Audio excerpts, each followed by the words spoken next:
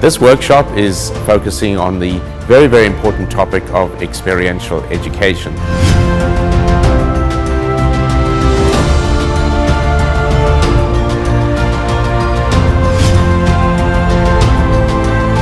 To have the participants learn from others from other countries. And I think this information sharing will be very rewarding for them.